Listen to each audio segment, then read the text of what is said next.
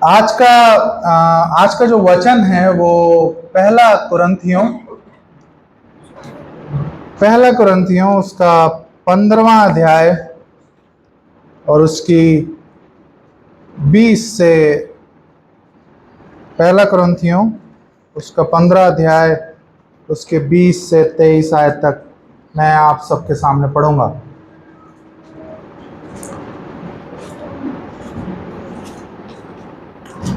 पहला कुरिन्थियों उसका 15वां अध्याय और उसकी 20 से 23 आयत तक।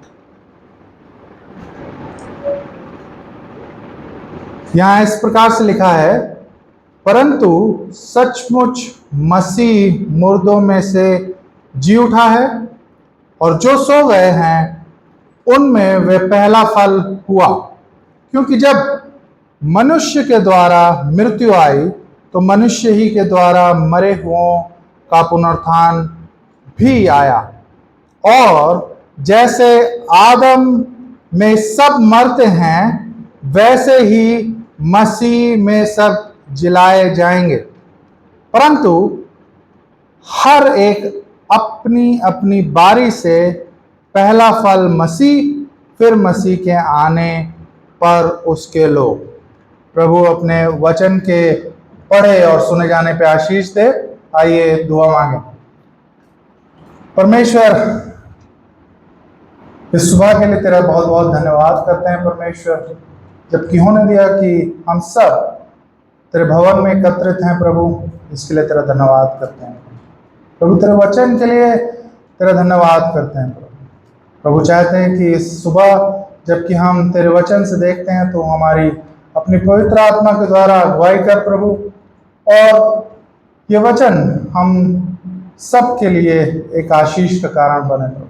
हम इसे समझें, हम इसे जानें और प्रभु हम इस पे चलने वाले हो सकें प्रभु। मैं अपने आप को भी तेरे हाथ में सौंप देता हूँ और शुद्ध को अपने उद्धार करता यीशु मसीह के नाम से मांगता हूँ, आमीन। आज मैं सोचता हूँ जब हम उठे होंगे तो यूजुअली आजकल लोग जब उठते हैं तो सबसे पहला काम करते हैं वो अपना फ़ोन देखते हैं। मुझे आपके बारे में मालूम नहीं पर मेरे ख्याल से ज़्यादातर लोग ऐसा ही करते हैं, क्योंकि बहुत सारे मैसेजेस आए हुए होते हैं, राइट, और हम देखते हैं किसने क्या भेजा। मैं जब रोड पे चलता हूँ तो आज मैं कल अपनी वाइफ से कह रहा था कि देखो ये ट्रैफिक पुलिस वाला खड़ा है, और हमने ऑब्जर्व किया कि 2-3 ट्रैफिक पुलिस वाले अपना फ़ोन लेके देख रहे हैं, वो ट्रैफिक को नहीं देख रहे। तो ऐसा ही कुछ हो गया है आज। हो सकता है कि सुबह जब आप उठे तो बहुत सारे आपको मैसेजेस आए होंगे, blessed resurrected day, happy Easter और ये और वो, और आपने भी हो सकता है 10-20 मिनट या हो सकता है ज़्यादा भी बिताया हो लोगों को मैसेज भेजने के लिए। और हम सब इस बात से बहुत अच्छी तरीके से अवगत हैं कि आज का ईस्टर या पुनरुत्थान का इतवार क्यों मना रहे हैं, राइट। हम सब यहाँ मसीह हैं और मैं ऐसा मानता हूँ कि काफ़ी समय से मसीह हैं और मसीह में आगे बढ़ रहे हैं, मसीह की बातों को जान रहे हैं, और आज का सिग्निफिकेंस हम सब समझते हैं, राइट।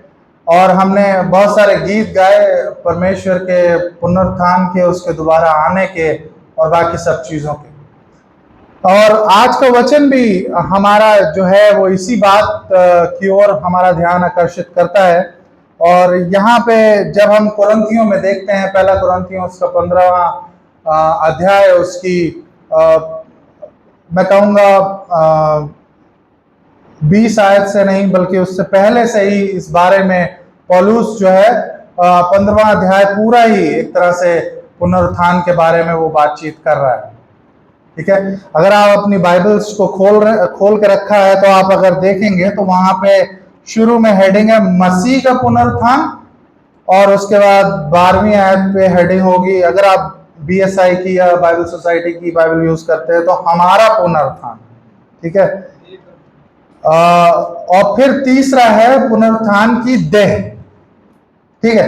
जब हम पढ़ते हैं वचन को या बाइबल को, तब ये एक तरह से हमारे लिए बहुत ही हेल्पफुल हो जाता है। जो हेडिंग्स अब दी गई हैं वो पहले नहीं थी, अब हैं वहाँ पे। तो जब जो हेडिंग दी जाती है तो उसके अनुसार हम समझ सकते हैं कि ये किस बारे में बात हो रही है। राइट, सिंपल है। कई बार हम इधर उधर से समझने की कोशिश करते हैं, मगर आसान तरीका तो यही है कि आप उस हेडिंग को देखें। जैसे हम बचपन में हो सकता है ऐसे लिखते थे, तो अगर काव पे ऐसे है तो काव के बारे में बात हो रही होगी, प्राइम मिनिस्टर के बारे में नहीं हो रही होगी। राइट, तो सीधी सी बात है, जो लिखा है वहां पे उसी के बारे में बातचीत चल रही है। तो जब हम 20वीं आयत पे पहुंचते हैं और अगर उसकी पहले की हेडिंग देखते हैं तो वहां है कि हमारा पुनरुत्थान, हमारा यीशु मसीह का पुनरुत्थान। तो हम सब इस बात में मेरे ख्याल से विश्वास रखते हैं कि हुआ आज के दिन, और हमने बहुत सारी बार इस पे बहुत से मैसेजेस सुने होंगे। राइट, हमने बहुत सारी बार इसके बारे में सुना है, और आज जो मेरी बात है वो हमारा पुनरुत्थान के ऊपर है ज्यादा। तो जब 15वें चैप्टर में आता है पौलुस, तो वहां पे उसने पुनरुत्थान की बात शुरू करी और यीशु मसीह के पुनरुत्थान से स्टार्ट करता है। और जब वो 12वीं आयत तक आता है तो वहां पे बात हो रही है कि हमारा पुनरुत्थान। और जब शुरू में हम देखते हैं तो हमें ये पता लगता है कि जो कोरिन्थ में जो लोग थे, जो वहां की कलीसिया थी, वो उनमें से कुछ लोग ऐसे थे जो यीशु मसीह के तो पुनरुत्थान में विश्वास करते थे, मगर वो कह रहे थे कि मनुष्य का या इंसानों का कोई पुनरुत्थान नहीं। और इसी बात को पौलुस यहाँ पे एड्रेस कर रहा है या उनको समझाने की कोशिश कर रहा है। ठीक है, वो लिखता है, अगर 12वीं आयत से देखें तो वहां लिखा है कि इसलिए जब मसीह का ये प्रचार किया जाता है कि वे मरे हुओं में से जी उठा, 12वीं आयत सेम चैप्टर, जी उठा, तो तुम में से कितने कैसे कहते हैं कि मरे हुओं का पुनरुत्थान है ही नहीं। तो कुछ लोग वहां पे इस बात को कर रहे थे कि मरे हुओं का पुनरुत्थान नहीं है। तो आगे पौलुस समझा रहा है उनको, और बहुत ही सुंदर और सिंपल शब्दों में वो बता रहा है कि यदि मरे हुओं का पुनरुत्थान है ही नहीं तो मसीह भी नहीं जी उठा। सिंपल। राइट, अगर कोई कह रहा है और वो वहां कलीसिया का पार्ट है कि वो कह रहा है कि मरे हुओं का कोई पुनरुत्थान नहीं, तो फिर मसीह भी नहीं जी उठा। सिंपल सी बात है।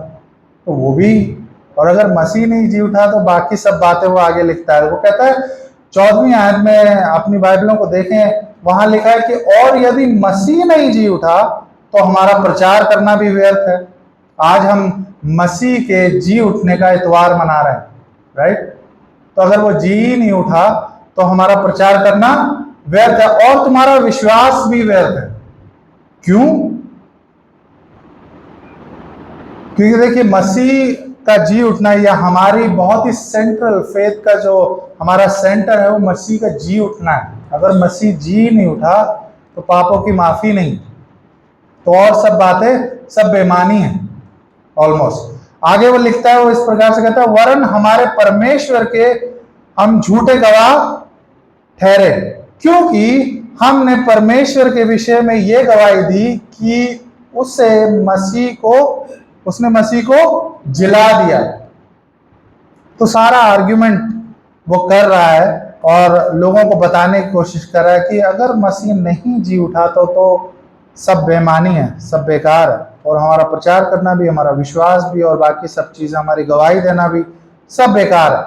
और वह आगे कहता है कि यद्यपि नहीं जिलाया, यदि मरे हुओं में नहीं जी उठते, सॉरी, अगर पूरा पढ़ेंगे तो वहां पे एक है, वरन हम परमेश्वर के झूठे गवाह ठहरे, क्योंकि हमने परमेश्वर के विषय में यह गवाही दी कि उसने मसीह को जिला दिया। यद्यपि नहीं जिलाया, यदि मरे हुए नहीं जी उठते, और यदि और यदि मुर्दे नहीं जी उठते तो मसीह भी नहीं जी उठा। फिर से उसने एक बार फिर से वही बात को रीइंफोर्स किया और कहा, यदि मसीह नहीं जी उठा तो तुम्हारा विश्वास व्यर्थ है और तुम अब तक अपने पापों में ही फंसे हुए हो।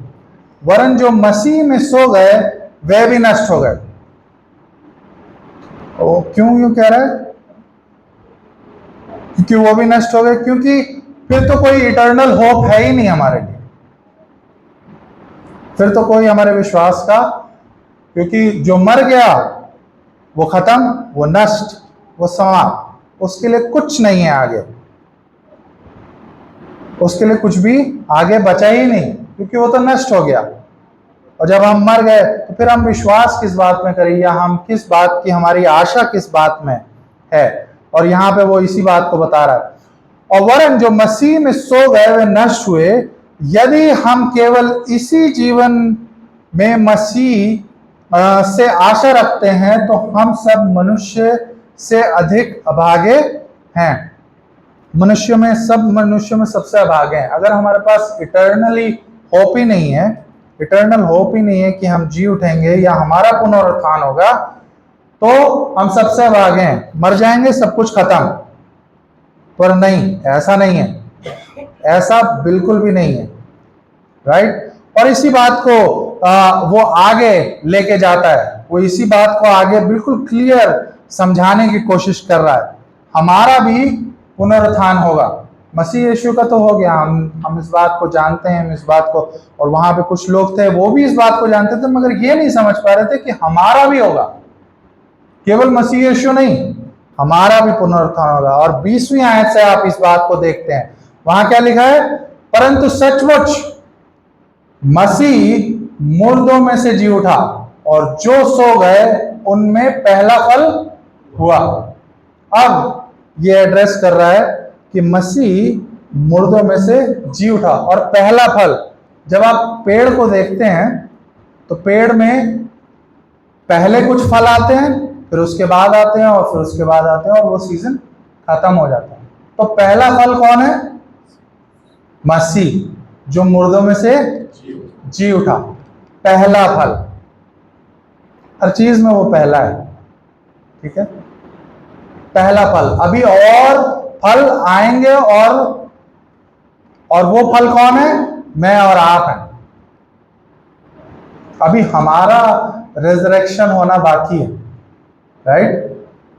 इसी की तो हमें आशा है, इसीलिए तो हम कहते हैं कि हम अपना जीवन जो है परमेश्वर के साथ हमेशा हमेशा बिताएंगे, नहीं तो फिर हम कहते क्या हैं। और वो यहां पे रेजरेक्टेड बॉडी की भी बात कर रहा है, आगे देखेंगे। पहला फल कौन है? यीशु मसीह, जो मुर्दों में से जलाया गया। 21वीं आयत में लिखा है, क्योंकि जब मनुष्य के द्वारा मृत्यु आई, ठीक है, जब मनुष्य के द्वारा मृत्यु आई तो मनुष्य ही के द्वारा मरे हुओं का पुनरुत्थान भी आया। मनुष्य कौन है? मनुष्य किसके द्वारा मृत्यु आई? मनुष्य। वो मनुष्य कौन था जिसके द्वारा मृत्यु? आदम, राइट। कई बार जब कोई वक्ता कुछ प्रश्न पूछता है तो हम लोग आंसर देने में थोड़ा सा कभी कभी घबराते हैं क्योंकि कभी कभी हम सोचते हैं पता नहीं इनके दिमाग में क्या होगा, हम आंसर दे दे तो पता लगा गलत हो जाए तो सबके आधे इज्जत का फलूदा हो जाएगा ना। एनीवे, खैर, यहां पे बहुत ही सुंदर तरीके से मनुष्य के द्वारा, आदम के द्वारा मृत्यु आई।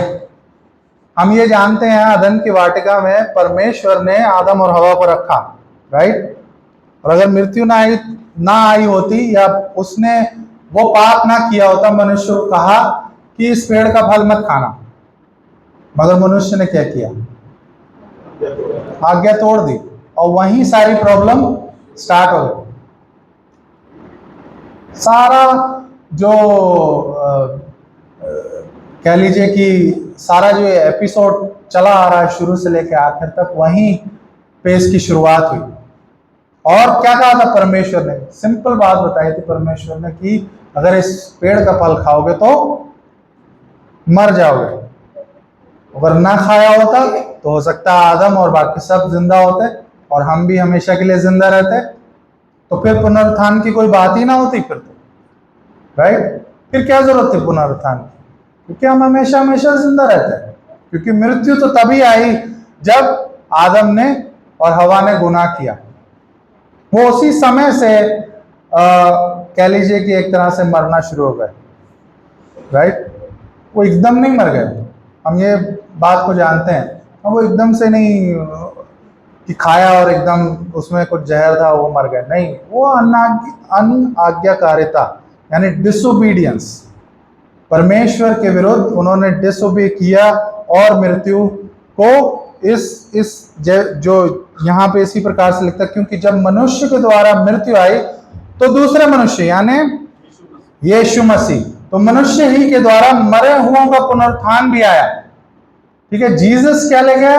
आदम की वजह से मृत्यु, मगर यीशु मसीह की वजह से पुनरुत्थान, जो कि जिसका कि हम इतवार आज मना रहे हैं, पुनरुत्थान। आगे 22वीं आयत में लिखता है, और जैसे आदम से सब मरते हैं वैसे ही मसीह से सब जिलाए जाएंगे। आदम की वजह से हम बात करते हैं, और आपने हमेशा सुना होगा, आप ये बात को बहुत अच्छी तरीके से जानते होंगे कि आदम की वजह से मृत्यु ने प्रवेश किया और हम सब उसी पाप में जन्म लेते हैं, राइट। और हम सब जो है मर जाएंगे एक दिन। अगर प्रभु यीशु मसीह पहले आ जाता है तो बात अलग है, तो हो सकता है हम लोग ना, मगर अगर नहीं आता तो हम सब उस मृत्यु का स्वाद चखेंगे, क्योंकि पाप की मजदूरी क्या है? मृत्यु है, सिंपल। जो हमने पाप करके अर्न किया, जो हमने उसकी मजदूरी, आप और मैं काम करते हैं, अपने काम पे जाते हैं और महीने के आखिर में आपको उसका दाम चुकाया जाता है या मजदूरी मिलती है, right. So for the wages of sin is death. तो आपने और हमने क्या कमाया पाप करके, या आदम ने? मृत्यु। अगर मृत्यु ना आती तो हो सकता है पुनरुत्थान की भी कोई जरूरत ना पड़ती, मगर कहा गया है, पौलुस यहाँ पे बता रहा है कि और जैसे आदम में सब मरते हैं वैसे ही मसीह में सब जिलाए जाएंगे। और इसको और इलैबोरेट करने के लिए अगर हम रोमियोस का 5 उसकी 18 और 19वीं आयत देखेंगे, वहां पे इस प्रकार से लिखा है, रोमियोस का 5 उसकी 18 और 19 आयत में लिखा है, इसलिए जैसे एक अपराध सब मनुष्य के लिए दंड की आज्ञा का कारण हुआ, वैसे ही एक धर्म का काम भी सब मनुष्यों के लिए जीवन के निर्मित धर्मी ठहराए जाने का कारण हुआ। क्योंकि जैसे एक मनुष्य की आज्ञा ना मानने से बहुत लोग पापी ठहरे, वैसे ही एक मनुष्य की आज्ञा मानने से बहुत लोग धर्मी ठहरे। एक मनुष्य यानी पहला आदम और दूसरा मनुष्य प्रभु यीशु मसीह। देखिए, कुछ बातों को क्लियर होना हमारे दिमागों में बहुत जरूरी है। जब हम पहले आदम की बात करते हैं तो जरूर है कि पाप उसके द्वारा इस पृथ्वी पर आया और हम सब उसी में जन्म लेते हैं। मगर जब हम दूसरे आदम यानी यीशु मसीह की बात करते हैं तो हमें यह समझ लेना भी बहुत जरूरी है कि पहला आदम जो है उसको परमेश्वर ने बनाया, क्रिएट किया। He was created, he was not born जैसे मैं और आप पैदा हुए। और दूसरा आदम यीशु मसीह भी जब हम उसके बारे में बात करते हैं तो ये समझ लेना बहुत इंपॉर्टेंट है कि वो भी जो है आदमी और औरत के संबंध के द्वारा नहीं पैदा हुआ, राइट। तो वही एक दूसरा आदम जब हम उसको कहते हैं तो वही एक व्यक्ति था जो कि हमारे पापों के लिए एक परफेक्ट सैक्रिफाइस बन सकता था। क्यों वो परफेक्ट सैक्रिफाइस बन सकता था? क्योंकि वो ओरिजिनल सिन यानी आदम के पाप के अंडर में नहीं था। तभी तो हम कहते हैं कि उसने पाप नहीं किया, वो पापी नहीं था हमारे और आपकी तरह। तभी वो दाम चुका सकता था, अदरवाइज नहीं। क्योंकि वही परफेक्ट लैम्प, जब आप बात करेंगे सैक्रिफाइस की, जब हम अपने पुनरुत्थान की बात कर रहे हैं, तो हमें यह भी समझ लेना जरूरी है कि बलिदान चढ़ाया जाता था पुराने वक्तों में, राइट, पापों के लिए, और वो परफेक्ट होना चाहिए। तो पापी मनुष्य यानी कोई भी हम में से हमारे पापों के लिए जान नहीं दे सकता था, क्योंकि हम तो खुद ही पापी हैं, हम परफेक्ट है ही नहीं। बट यीशु मसीह था, क्योंकि वो क्रिएटेड नहीं था, ठीक है, और वो 100% ह्यूमन भी था, तभी वो हमारे लिए जान दे सकते थे। क्यों? क्योंकि वो मरियम से पैदा हुआ, इसीलिए वो फिट होता है उस कैटेगरी में। अदरवाइज कोई इंसान फिट नहीं हो सकता था। 100% मैन, 100% गॉड, और कोई क्वालिफिकेशन किसी के पास नहीं थी। खैर, आगे बढ़ते हैं और देखते हैं कि यूहन्ना उसकी आठवां अध्याय उसकी 34 आयत में ये लिखा है, यीशु उत्तर देते हुए कहा, मैं तुमसे सत्य कहता हूं, हर वे जो पाप करता है वह पाप का दास है। तो जब आदम की बात होती है तो ये भी समझ लेना जरूरी है कि हम सब जो हैं पाप के दास थे, और यीशु मसीह उस कैटेगरी में, जैसे मैंने बताया, फिट नहीं होता था। वो पाप का दास नहीं था, और वो बेदाग बर्रा था, परमेश्वर का बेदाग, उसमें कोई पाप नहीं था। और जब हम बाइबल बताती है कि पाप के दास, तो जो आदमी को ये बड़ी साफ साफ समझ में आती थी। क्यों आती थी? क्योंकि एक बात को समझ लेना बहुत जरूरी है, वो ये कि इमेजिन करिए, स्लेव वर्ड हमने सुना, दास, स्लेव्स। तो स्लेव पुराने वक्तों में क्या होते थे, जो दास है या जो स्लेव है, वो दूसरे स्लेव को छुड़ा नहीं सकता था। भाई आप इमेजिन करिए, यहाँ 5-6 स्लेव्स खड़े हुए हैं, तो वो तो स्लेव मार्केट में खड़े हुए हैं, वो तो बिकने के लिए खड़े हैं, वो किसी के दास बनेंगे, कोई दाम उनका चुकाएगा और उनको लेके चला जाएगा, और वो उसके दास हमेशा हमेशा के लिए बन जाएंगे, राइट। तो कोई भी मनुष्य, इसीलिए क्योंकि हम तो सभी स्लेव्स हैं, हम तो सभी उस पाप की कैटेगरी में, तो कोई भी मनुष्य नहीं। मगर जो व्यक्ति आउट ऑफ स्लेव मार्केट है, यानी जो खुद नहीं पापी है, वही उनको जो बाहर है वही तो खरीद सकता है दाम चुकाने के। तो यीशु मसीह उस कैटेगरी में फिट नहीं होता, वो तो बाहर था, और वो बाहर ही था, तो बाहर से ही वो उनको बचा सकता था। वो उस दास्ता में नहीं था जिसमें हम और आप हैं, इसलिए वो परफेक्ट सैक्रिफाइस, इसलिए वो सेकंड एडम, इसलिए उसके मारे जाने से एक परफेक्ट सैक्रिफाइस उसने दिया, और उसने हम सबको बचा लिया। एक दो बातें और देखेंगे और इसको खत्म करेंगे। 23वीं आयत में यहाँ पे फिर से हम वापस पहला कुरिन्थियों उसकी 23वीं आयत में जा रहे हैं, परंतु पहला कुरिन्थियों उसका 15 अध्याय और उसकी 23वीं आयत जो हम देख रहे थे शुरू से, परंतु हर एक अपनी अपनी बारी से पहला फल मसीह, फिर मसीह के आने पर उसके लोग। पहला फल जैसे मैंने बताया मसीह, और जो कि मसीह में है उसके लोग, वो फिर से जिलाए जाएंगे।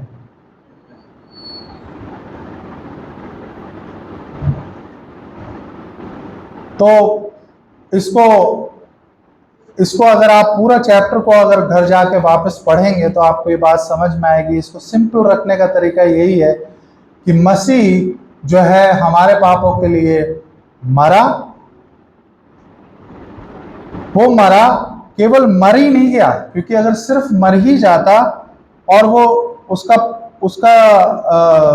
रेजरेक्शन नहीं होता। रेजरेक्शन देखिए, बहुत सारे लोग पहले भी जिंदा हुए, राइट।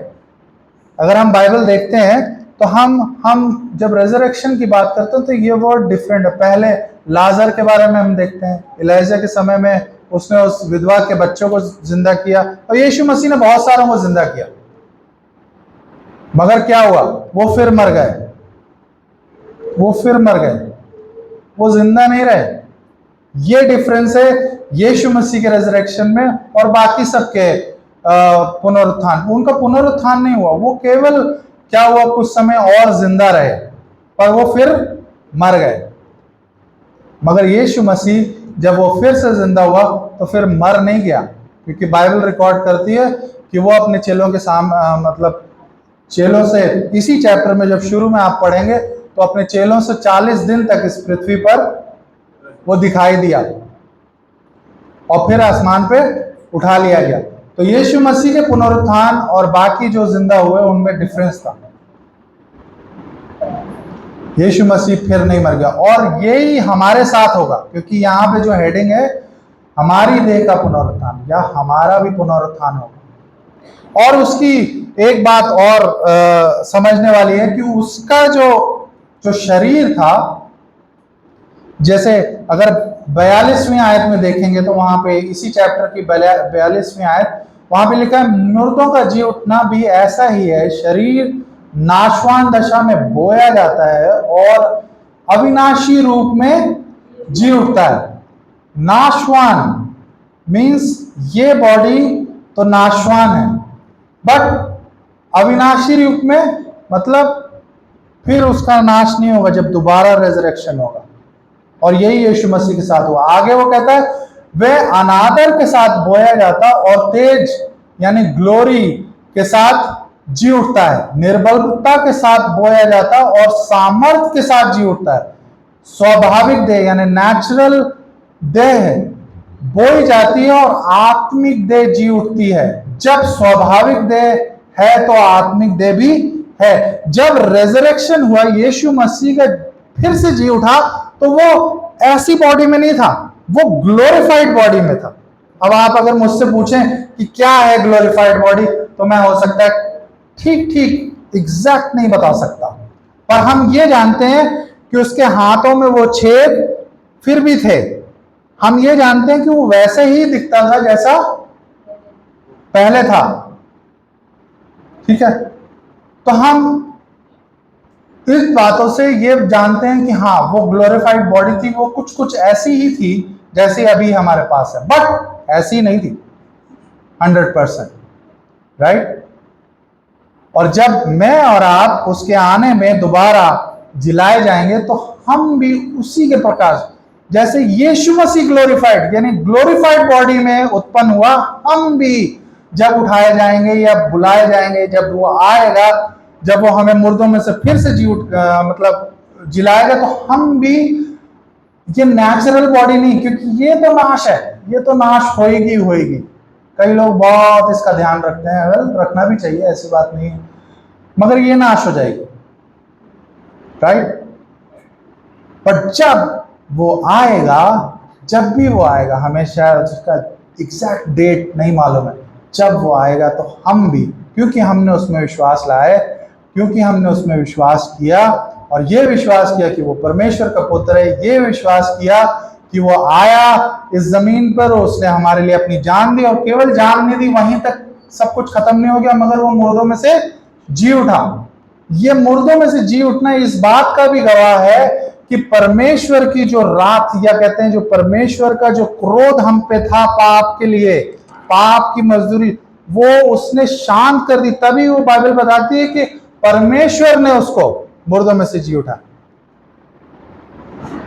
आप समझ रहे हैं। खैर, बहुत सारी बातें हैं जब इस तरह से बताई जाती हैं तो कई बार डिफिकल्ट हो जाता है हमारे लिए, बट सिंपल तौर पे सिंपल बात यही है कि यीशु मसीह मुर्दों में से जी उठा, वो पहला फ्रूट था। हम भी जब वो आएगा तो जिलाए जाएंगे, और जब हम जिलाए जाएंगे तो हमारी बॉडी भी उसी की बॉडी की तरह ग्लोरीफाइड बॉडी होगी, और वो फिर नाश नहीं हो जाएगी, फिर नाश नहीं होएगी, फिर हम हमेशा हमेशा उसके साथ रहेंगे। ये है हमारी होप यीशु मसीह में, ये है हमारी होप। इसी को तो हम इटर्नल लाइफ कहते हैं। देखिए, ये परमेश्वर ने एक बागे अदन में आदम और हवा को रखा और उसने सब अच्छा बनाया, सब अच्छा बनाया, सब अच्छा था, सब कुछ बढ़िया था, कुछ भी उसमें करप्शन नहीं था। उसने जब देखा तो कहा इट इज गुड, गुड। फिर कहता है गुड, सब कुछ गुड था, उसने सब अच्छा बनाया था, मगर इंसान ने क्या किया?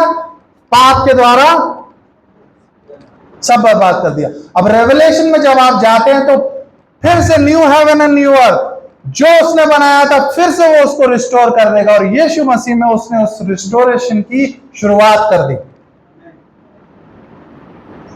और हम और आप इसी इटर्नल होप में तो परमेश्वर के पीछे चले जा रहे हैं कि हम भी जिलाए जाएंगे, हम भी वैसे ही बनाए जाएंगे, हमको भी वो देह मिलेगी जो नाश नहीं होगी, और हम उसके साथ अनंत जीवन बिताएंगे। ये है हमारी होप, ये है मैसेज जो क्या कहना है, पुनरुत्थान का मैसेज, और यीशु मसीह उसमें पहला है। लास्ट में बस एक आयत मैं पढ़ूंगा और खत्म करूंगा, जो कि इसी अध्याय की लास्ट की आयतें हैं, और वो कहता है 51 आयत से 15वां अध्याय उसकी 51, इसको पूरा पढ़ें और आप बहुत आशीषित होंगे, घर जाके इसको जरूर पढ़िएगा। यहां वो कहता है 51 आयत में कहता है, देखो मैं तुमसे भेद की बात कहता हूं, हम सब नहीं सोएंगे परंतु सब बदल जाएंगे, और ये क्षण भर में पलक मारते ही अंतिम तुरही फूकते ही होगा, क्योंकि तुम्हारी तुरही फूकी जाएगी और मुर्दे अविनाशी दशा से उठाए जाएंगे और हम बदल जाएंगे, क्योंकि अवश्य है कि ये नाशवान देह अविनाश को पहन ले और ये मरणहार देह अमरता को पहन ले। और आगे वो कहता है, और जब ये नाशवान अविनाश को पहन लेगा और ये मरणहार अमरता को पहन लेगा, तब वचन जो लिखा है पूरा हो जाएगा, जय ने मृत्यु को निगल लिया। अब मृत्यु का कोई काम नहीं रहा। तभी वो आगे ये लिखता है, हे मृत्यु तेरी जय कहां रही, हे मृत्यु तेरा डंक कहां रहा। व्हाट, अब डेथ क्या करेगी? अब डेथ का क्या काम? अब तो खत्म। ये जो वर्स हम सबको याद है, मेरे ख्याल से इसका ये रियल मीनिंग है। Death, where is your sting? जो डेथ हम सबको हो सकता है, कोई भी मरना नहीं चाहता, मैं भी नहीं चाहता, राइट? मगर ये भी एक सच्चाई है कि ये तो होके रहेगा, ये भी एक सच्चाई है। बट होप क्या है? होप उससे बहुत ऊंची। और लास्ट में पौलुस जैसे कहता है, वही मैं आपके लिए पढ़ देता हूं, मृत्यु का डंक पाप है, पाप का बल व्यवस्था, परंतु परमेश्वर का धन्यवाद हो जो हमारे प्रभु यीशु मसीह के द्वारा हमें जयवंत करता है। इसलिए हे प्रिय भाइयों, दृढ़ और अटल रहो और प्रभु के कामों में सर्वदा बढ़ते जाओ, क्योंकि ये जानते हो कि तुम्हारा परिश्रम व्यर्थ नहीं है, व्यर्थ नहीं है। ये है हमारी होप, जो कि पौलुस बहुत ही सुंदर तरीके से बयान करता है। और आज हमें सच में खुशी मनानी चाहिए, सच में खुशी मनानी चाहिए, क्योंकि उसने वो काम पूरा परफेक्शन से कर दिया, हमारे पापों का दाम उसने चुका दिया। अब आपको जो उसमें विश्वास करते हैं, हमेशा ये याद रखिए, जो उसमें विश्वास करते हैं, बाकियों के लिए नहीं, जो उसमें विश्वास रखते हैं, इटर्नल होप हमारे और आपके लिए। और आज का दिन इस बात का बहुत बड़ा गवाह है। तो आनंद मनाइए और सबको हैप्पी ईस्टर कहिए, सबको कहिए पुनरुत्थान का इतवार आपको मुबारक हो, क्योंकि ये है मुबारक। प्रभु के वचन के सुने जाने पे आशीष हो। छोटी सी प्रार्थना करेंगे और अपने समय को यहाँ बिता। धन्यवाद करते हैं परमेश्वर कि तूने हम सब से, इस जगत से ऐसा प्रेम किया कि अपना एक लौता पुत्र दे दिया, कि जो कोई इस पर विश्वास करे नाश ना हो परंतु अनंत जीवन पाए। धन्यवाद करते हैं तेरे पुत्र के लिए, धन्यवाद करते हैं उस बलिदान के लिए प्रभु। तूने हम सब के लिए रास्ता बहुत ही आसान कर दिया प्रभु, इसके लिए तेरा धन्यवाद करते हैं। हम अपनी सामर्थ्य में परमेश्वर कभी भी तेरे पास नहीं पहुंच सकते थे, कभी भी तुझे प्रसन्न नहीं कर सकते थे परमेश्वर। धन्यवाद करते हैं तेरे इकलौते बेटे के लिए प्रभु, प्रभु तेरे प्रेम के लिए तूने हम सब पे दिखाया प्रभु, क्योंकि अगर ये तेरा प्रेम ना होता तो तू आसमान छोड़ के जमीन पे ना आता प्रभु। और प्रभु हम धन्यवाद करते हैं हर एक व्यक्ति के लिए जो यहाँ मौजूद है प्रभु, जो तुझ में विश्वास लाया प्रभु, और धन्यवाद करते हैं हमारी इटर्नल होप के लिए प्रभु, जो तुझ में पाई जाती है प्रभु। हम में से हर एक को अपने वचन में बढ़ाता चला जा प्रभु। हम चाहते हैं कि हम में से हर एक को प्रभु तो अपने वचन की और समझ दे प्रभु, वो तुझसे प्रेम में बढ़ते चले जाएं प्रभु, और हम सब तुझको अपने जीवनों के द्वारा महिमा प्रदान करें प्रभु। सब बातों को, सब चीज़ों को तेरे हाथ में सौंपते हैं। तो इस छोटी सी को अपना उद्धार करते हैं यीशु मसीह के नाम से, आमीन।